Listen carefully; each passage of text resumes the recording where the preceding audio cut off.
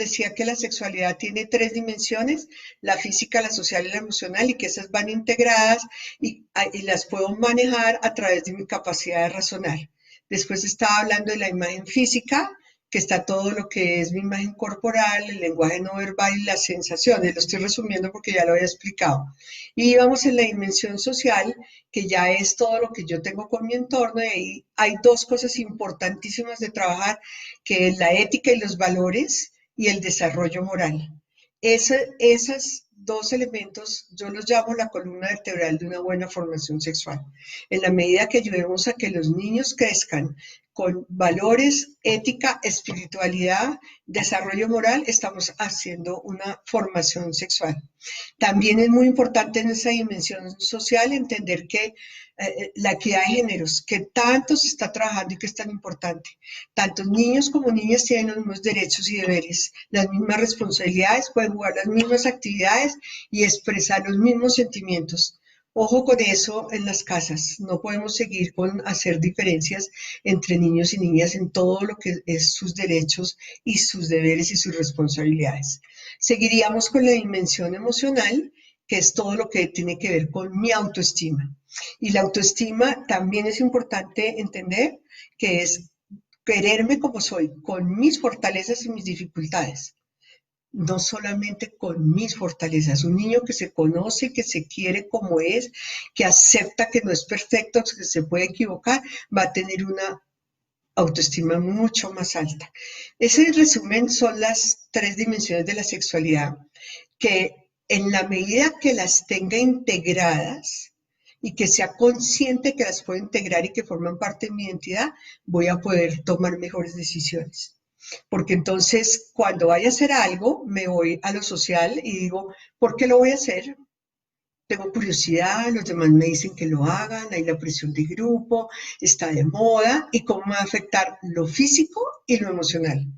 Y ojo, lo emocional es muy importante, porque a veces los niños, estoy hablando, todo lo que yo hable hoy, me voy para arriba a los adolescentes a ver qué es lo que estoy viendo yo, cómo lo manejan y cómo lo están ellos viviendo, para que cojamos a los chiquitos y ayudemos a prevenir. Entonces, con los adolescentes encuentro que a veces dejan de hacer cosas por miedo al cuerpo, a lo físico, pero cuando encuentran cómo solucionar la dificultad física, arrancan sin tener en cuenta lo emocional. Ejemplo, cada vez están iniciando a más temprana edad en su vida sexual activa. Y cuando, si solamente fueron formados al miedo al cuerpo, dicen, un embarazo, una enfermedad de transmisión sexual, yo uso anticonceptivos y soluciona el problema. Me pongo un preservativo y soluciona el problema. ¿Y lo emocional dónde queda? ¿Cómo estoy integrando que todo lo que haga con mi cuerpo afecta a mis emociones? O todo lo que haga con mis emociones afecta a mi cuerpo. Entonces, la invitación hasta acá es que tengamos claro, lo voy a resumir, que la sexualidad implica algo más que lo biológico, y que en la medida que yo integre las tres dimensiones y ayude a que los niños la integren, voy a estar haciendo una verdadera formación sexual. ¿Cómo puedo hacer que los niños la integren? Cada vez que hagan cualquier cosa, así salgan a un paseo, así tengan cualquier actividad, lleven a las dos cosas. Estoy muy rico, cómo me siento con mi cuerpo. Uy, tembló, tuvimos una situación difícil, cómo se puso mi cuerpo. Que ayuden a que las dos van cogiditas de la mano. Eso nos va a ayudar muchísimo en todo lo que vamos a hablar a continuación. Entonces, vamos a empezar con prevención de abuso, que es nuestra charla de hoy, desde lo cotidiano. Primer sugerencia, o lo primero que quiero que quede claro, es a partir de mi experiencia he visto que hay tres elementos que se deben trabajar para prevención de abuso, y son los que ustedes están viendo ahí en la pantalla. La autoestima, la autonomía y la intimidad. Esos tres elementos nos va a ayudar muchísimo. Y lo primero que aconsejo, siempre que sus chiquitos les digan algo, crean en ellos. Puede que después encontremos que estaba confundido, que fue mentiras, que era una fantasía, no importa, pero que lo primero que reciba de sus papás es, creyeron en lo que yo les dije. Y esto lo puse acá porque cuando hago trabajo con personas jóvenes, sobre todo, que han sido abusadas, lo primero que sale es si sus papás creyeron en él o no creyeron. Y parte del que puedan terapéuticamente salir adelante es que sus papás los hayan acogido o sus cuidadores o las personas que estaban con ellos, los abuelos, les dieron un abrazo y los apoyaron en ese momento. Entonces, autoestima, ya lo hablamos un poquito, pero vamos a aprender a manejar los sentimientos. Es muy importante para la prevención de abuso. Entonces, hay 3 puntos claves en la inteligencia emocional, que es identificar qué es lo que está pasando. A veces los niños no tienen claro qué es lo que están sintiendo, si sienten tristeza, alegría, pena o miedo. Una vez que puedan identificar qué es lo que están sintiendo, ¿por qué? Que lo puedan expresar. Tengo miedo porque me da susto las películas de terror. Fíjense que no tienen que ver con sexualidad como genitalidad. Es todo. O tengo tristeza o estoy furiosa porque mis amigos pelearon conmigo. No hay sentimientos malos. Todos los sentimientos son aceptados. Lo que tenemos que corregir es cómo los expresan o los manifiestan. Pero el niño tiene que ser validado, que sería el tercer punto, en su derecho a sentir miedo, tristeza o alegría.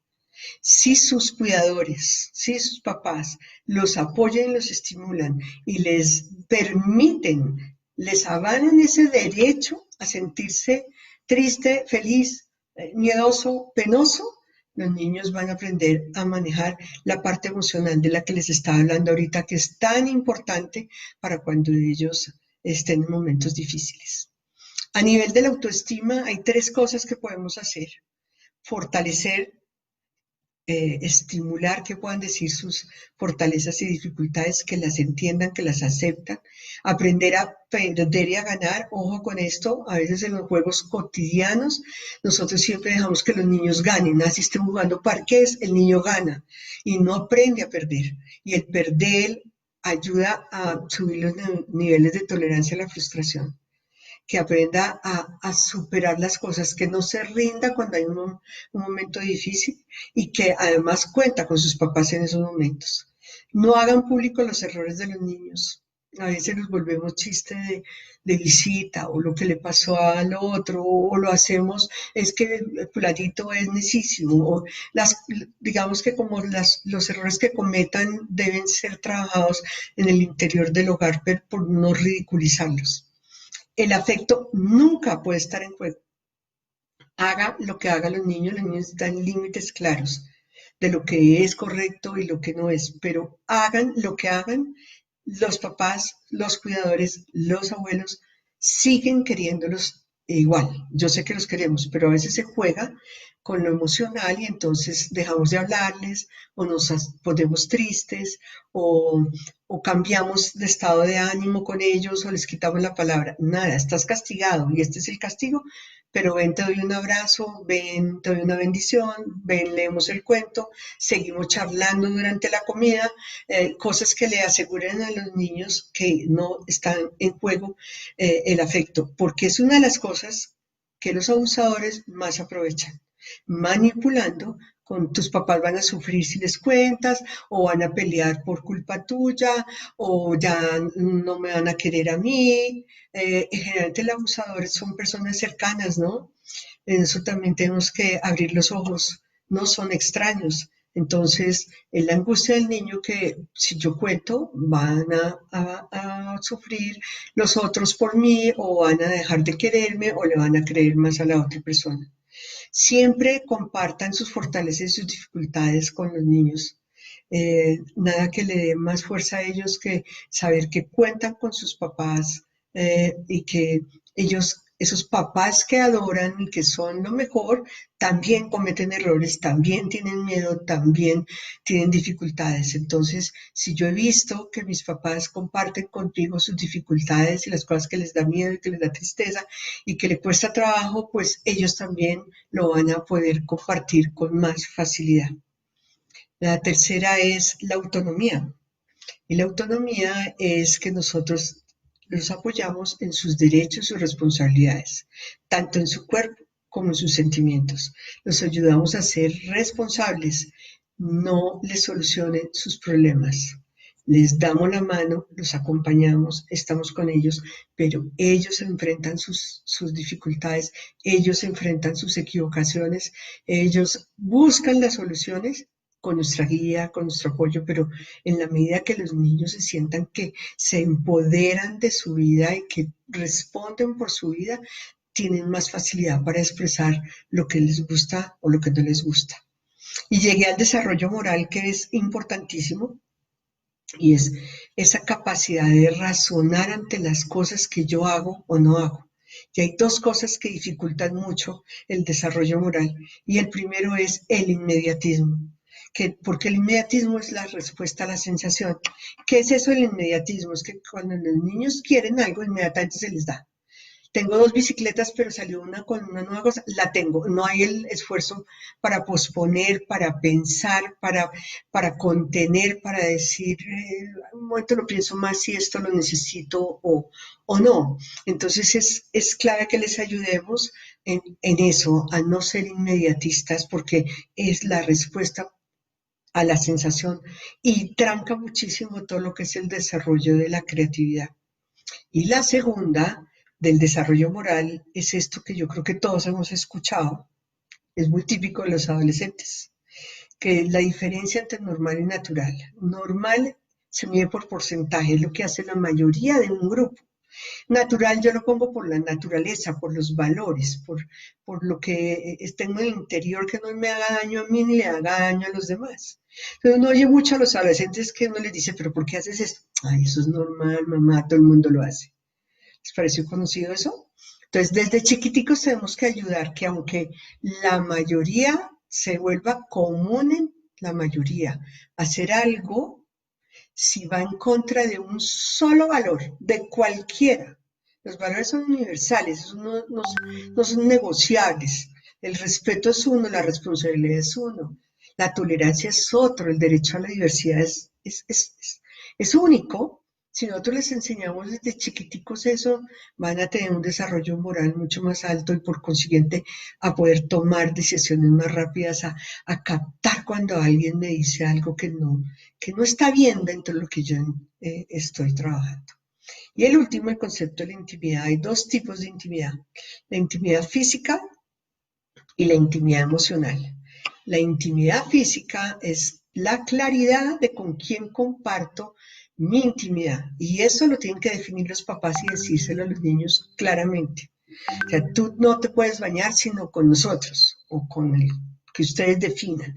Y cuando estás con la puerta cerrada, te tienen que respetar eso. O sea, tener muy claro que su cuerpo no se comparte con todo el mundo. Yo sé que la mayoría de los papás esto lo trabajan muchísimo, pero quería hacer énfasis en que defínanle muy claramente a los niños con quién ustedes, si no están, permiten que el niño o la niña pueda compartir la intimidad. Y por encima de todo, nosotros, los adultos, los que estamos cerca de los niños, tenemos que respetar y proteger ese derecho de los niños. Entonces, adelanto una pregunta que me hacen con frecuencia, que si es bueno o no bañarse con los niños. No es ni bueno ni malo, es absolutamente práctico además, porque ahorita pues con la pandemia todavía tenemos, con esta cuarentena de pronto tenemos un poquito más de espacio para compartir con los niños eso, pero en la vida cotidiana es apúrele porque la voy a dejar el bus y tiene que salir y le voy a sacar bien el champú de su pelo. Pero si ustedes se sienten cómodos bañándose con sus chiquitos, si es práctico, no tiene ningún problema. Si el adulto se siente incómodo, no lo haga porque se lo transmite a los niños. Pero cuando los niños van creciendo, no puedo decirles una edad exacta, pero cuando van creciendo y ellos no quieren bañarse con sus papás o ya cierran la puerta del baño o se dicen quiero vestirme solo, no quiero que me veas, los papás tienen que respetar eso por encima de todo. Así se vaya con la mitad del champú en la cabeza. Pero si los papás violentan ese proceso de intimidad que los niños van pidiendo, los otros adultos también se van a aprovechar. Esto es demasiado importante. Y lo segundo es la intimidad emocional. y vamos a hablar de tres elementos importantes que son los secretos. Los secretos son muy peligrosos cuando son con los papás. Todos los papás, mamás, cuidadores y abuelos, las personas que acompañan a los niños, tienen que dejarle claridad a los niños que no hay secretos con los papás, nunca. Y hay una cosa que a mí me ha ayudado para que ellos no se confundan, porque es que acuérdense que estos chiquitos, su capacidad de razonar es muy, muy concreta, todavía todo es bueno y malo. Por eso aquí puse secretos buenos y secretos malos, porque es que ellos no son capaces de trascender a otras cosas. Cuando hay doble mensaje, ellos se confunden. Entonces, me inventé que hay una cosa buena para ayudarlos, que es usar la diferencia entre secreto y sorpresa. Una cosa es la sorpresa que se le hace a los papás y no se les cuenta porque es una sorpresa, como el cumpleaños, como la tarjeta de Navidad, el regalo que se le va a dar, etcétera, pero se comparte con la persona de confianza que los papás definieron. Entonces la sorpresa no se la voy a contar a papá y a mamá, pero mis papás me enseñaron que se la puedo contar a los abuelos, por poner un ejemplo. Y otra cosa son los secretos. Los secretos malos son cualquier persona que me dice que no le cuente a mis papás. Nadie, nadie le puede decir a un niño que no le cuente a los papás. Y aquí voy a meter un poquito a los abuelitos. Yo soy abuela ya. Los abuelitos a veces les hacemos cuarto a los niños en cosas que los papás no están de acuerdo, como por ejemplo darle un chocolate entre semana. ¿Qué más inocente que eso? Pero cuando yo le doy el chocolate a mi nieto y le digo, no le cuentes a tus papás, el niño no va a entender por qué mi abuelo me dice eso, pero el otro adulto que está por ahí enseñándome o diciéndome que hagamos unos juegos, me dice lo mismo. Y esto lo saco de mi experiencia de 40 años con los niños. Cuando yo trabajo con los niños, este elemento y les digo, nadie te puede decir que le digas mentiras a los papás, con frecuencia me dicen, pero es que mi abuelita me dice que no le diga a mi mamá que me dejó comer dulces antes de la comida. Entonces los invito a que revisemos eso para no confundir a los niños y que los adultos que estamos alrededor, eh, pues si queremos darle el chocolate, tenemos que decir, te voy a dar el chocolate, pero lo tienes que contar a tus papás. O sea, no permitir que haya un secreto de esos con los papás porque se aprovechan otros adultos con malas intenciones. Los secretos buenos son, yo les pongo ejemplos a los niños, son esos que yo guardo solamente con algunas personas para no hacerle daño a otros. Ejemplo, una chiquita está en su clase y su amiguita se orina en los pantalones y entonces los demás del curso no se dan cuenta, solamente la profesora que le ayuda y yo guardo el secreto para que no se burlen de ella. Ese es un secreto bueno, pero se lo cuento a mis papás. O sea, nadie puede decirle que no le cuente algo a los papás, porque por eso hay tanto abuso con los chiquitos, porque ellos no entienden que la abuelita lo que quería era el chocolate o cosas de este estilo como las que les estoy explicando. Entonces, esta parte yo creo que es muy importante que la revisemos, que haya mucha claridad para los niños en que no pueden existir secretos con los papás. Ahora, si hemos trabajado la otra parte que ya les he dicho ahorita, cuando llega ese adulto conocido que les dice, te voy a enseñar este juego o te voy a mostrar esta película, pero no le digas a los otros. Y ella además, o ese niño ha aprendido a unir todo lo que es lo físico con lo emocional y siente esa incomodidad y ha habido un apoyo de sus papás en todo eso, se los va a contar. Entonces, los padres tenemos que ayudar a que haya una claridad muy fuerte en esta parte. Continuando con lo emocional, también esto nos ayuda. Hay que diferenciar mucho las expresiones de afecto según la relación que establecemos.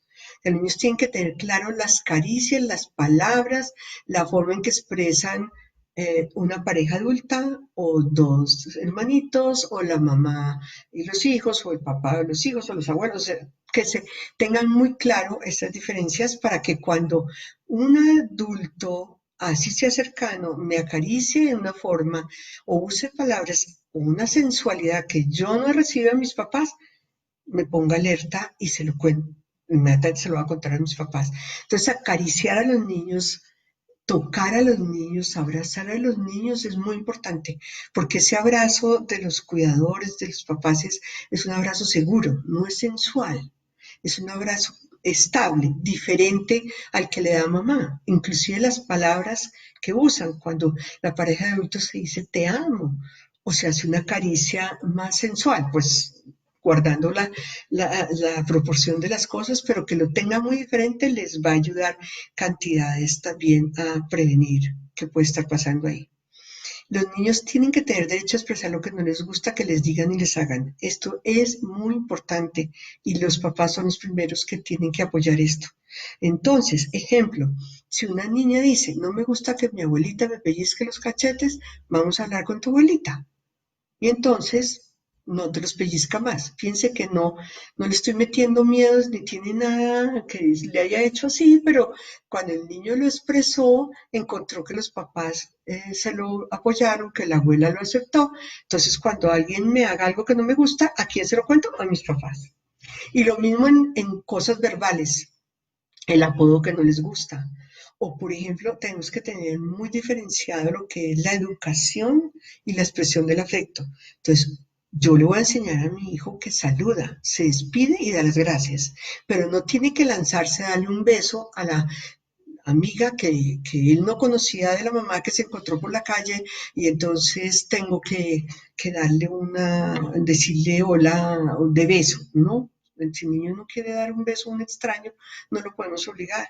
O si hay el tío odioso, regañón que el niño no quiere y tengo que botarme a darle un abrazo y decirle te quiero, no, lo saludo porque le tengo que enseñar a ser amable y respetuoso, pero no lo obliguen a expresar el afecto físico o palabras que a él no le nacen eh, para en ese momento, pues. De todas maneras, cuando haya información, porque a veces nos va a pasar de lo que ellos escuchan y ven, por eso es tan importante que esté bajo la supervisión de los adultos. En la etapa del por qué, aprovechenla, estimulen, fortalezcan la capacidad de análisis, de resolver problemas. Cada vez que ellos les pregunten algo, lo que sea, llévenlos el por qué, dónde lo viste, en qué te puedo ayudar, qué crees que es eso, para poderles ayudar a reflexionar, a aumentar una gotica su capacidad de razonamiento por si nos llega a pasar algo. Sus preguntas deben estar acorde a su edad y antes de indagar, es muy importante, antes de contestar, indagar qué quiere saber y por qué lo está preguntando, porque a veces nos adelantamos y resulta que lo que él quería saber era otra cosa y entonces o sea, es tan grave dar poca información como dar mucha información. Esto daría para otros talleres que seguramente, otras charlas que seguramente haremos más puntuales por edades y por etapas de que comúnmente preguntan los niños, pero pues de todas maneras quería colocarlo para que ustedes lo supieran y terminar con esta. La comunicación es muy importante y aprovechen esta etapa en que estamos mucho con los niños cuando les queden raticos, hablen mucho con sus niños. Acuérdense que hay dos tipos de comunicación, la verbal y la no verbal. La verbal necesita de tiempo para sentarnos, oírlos, que quieren saber, no los juzguen, que no haya juicios de valor en lo que dicen, que sientan que pueden votar lo que sea y pues, se los corregimos, se los canalizamos, pero como con afecto que les brinde seguridad para que nos cuenten todo, porque lo que necesitamos es estos niños nos cuenten todo y no nos tengan miedo. Entonces hay que brindarles esa confianza. Y con la no verbal, que es todo lo que transmitimos con nuestras actitudes y comportamientos, hasta con nuestra postura corporal. Yo les pongo un ejemplo que todos hemos caído en eso. Si ahorita mi amiga, una amiga a la que quiero mucho, me dice, necesito hablar contigo, yo paro lo que estoy haciendo y la miro. Y si es por la virtualidad, estoy como estoy yo con ustedes ahorita. No estoy con ella hablando, pero al tiempo escribiendo, porque ella me va a ver que estoy escribiendo. inmediatamente lo que le estoy transmitiendo no es tan importante lo que me estás diciendo. Pues nuestros hijos son esos grandes amigos a los que más queremos en el sentido de amigos porque no son nuestros amigos, son nuestros hijos. Pero me refiero a que tenemos que mirarlos a la cara, tenemos que darle un abrazo, ser capaz. No siempre vamos a poder, pero en la medida que podamos dejar el computador del lado y verlo a los ojitos con lo que está diciendo, le estoy diciendo, eres muy importante y cuentas conmigo. Yo encuentro que muchas veces esto no lo hacemos con los chiquitos y lo dejamos para cuando está grande, ¿no? Entonces nos sentamos frente al adolescente y le digo, todo lo que quieras saber, cuentas conmigo. Si te pasa algo, aquí estoy. Pero los 15 años que estuvieron de para atrás, no les trabajamos eso ni se los demostramos. Entonces es el momento de verdad fortalecer los canales de comunicación para que nuestros niños nos cuenten todo. Y con esto termino mi charla. De verdad que les agradezco mucho que me hayan escuchado. Pero ella nos transmite su preocupación por cómo podemos fortalecer esa comunicación y esa relación materno-filial también con los adolescentes. ¿Qué nos podrías contar al respecto? Bueno, terminé la charla diciendo que importantísimo que ojalá lo hiciéramos antes, ¿no? Pero también quiero que los que me están escuchando que tienen hijos adolescentes no se frustren en la medida que aunque hayan sido muy buenos papás, una de las características grandes del adolescente es cerrar puerta. Cuando yo dicto charlas de adolescencia, lo primero que van a encontrar en mi presentación es una puerta cerrada que dice prohibido entrar papás, ¿no? Como que ellos nos quieren sacar y quitar de ahí, pero también no hay una sugerencia, no nos podemos sacar no nos podemos dejar sacar de la vida de los adolescentes.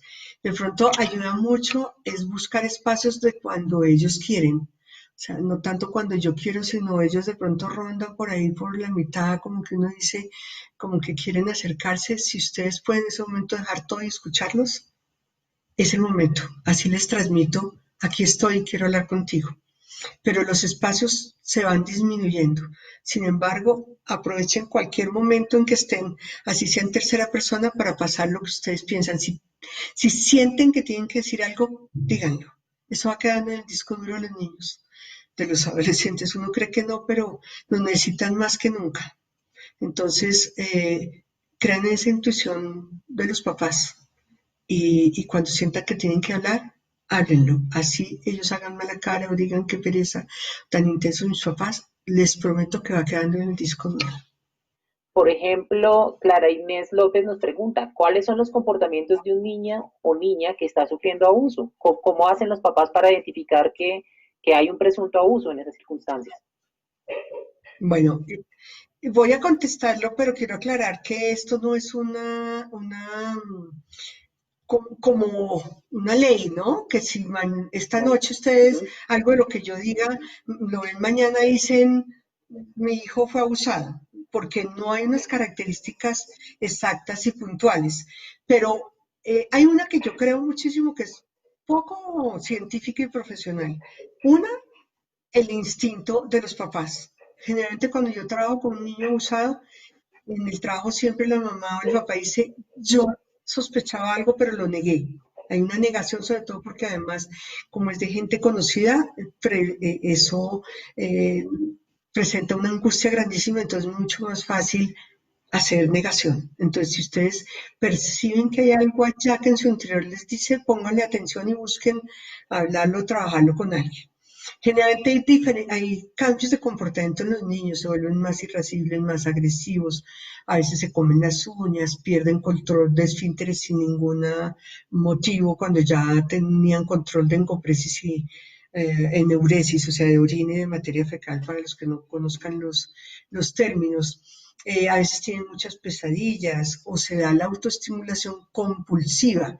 Quiero aclarar, la autoestimulación es natural y es proceso normal en los niños como parte del conocer su cuerpo y su genitalidad.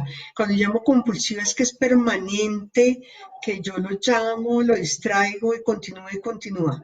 Ojo, eso puede pasar también por un componente emocional, o sea que o sea, si se da una autoestimulación compulsiva hay que buscar un profesional, para que evalúe la parte emocional y descartar primero qué lo está generando, porque a veces puede ser que la mamá está trabajando más, que se separaron los papás, que la mamá está embarazada, que el papá está trabajando más, que no importa, hasta un abuso sexual.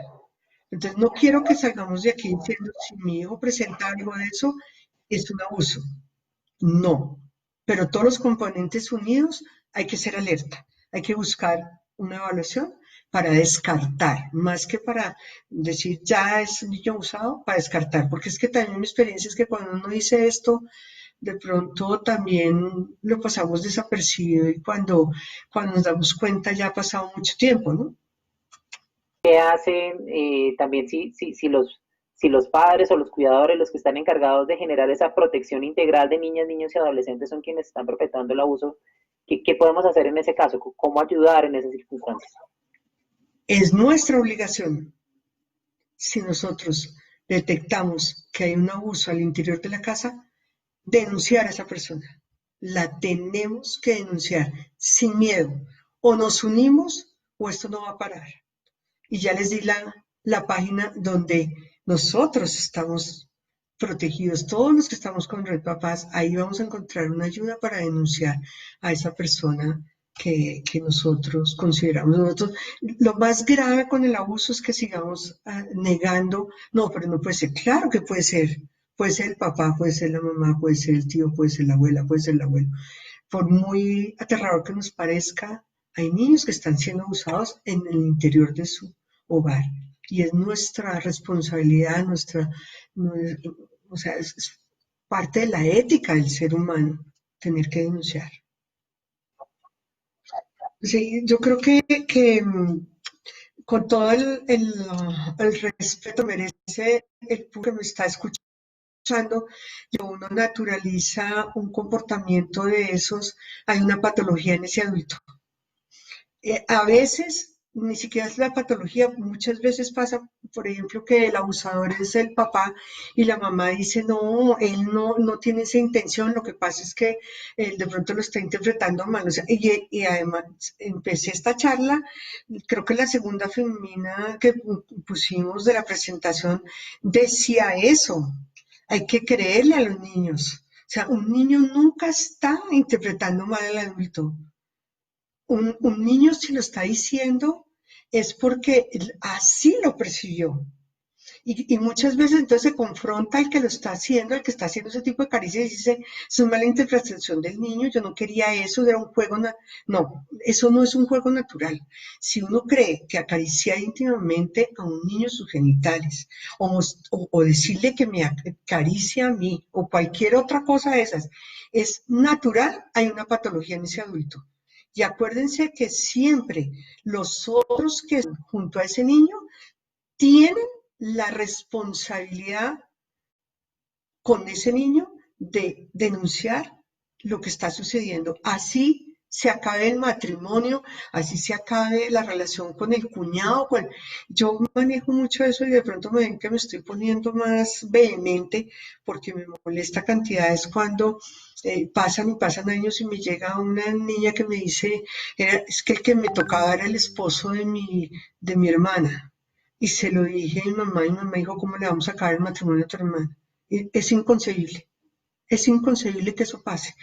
Y pasa más de lo que uno se imagina y tiene que haber un solo adulto, aunque sea uno, que pare esa cadena. Porque además acordémonos que el abusador busca más, ¿no? No solamente ese niño, sino muchos más.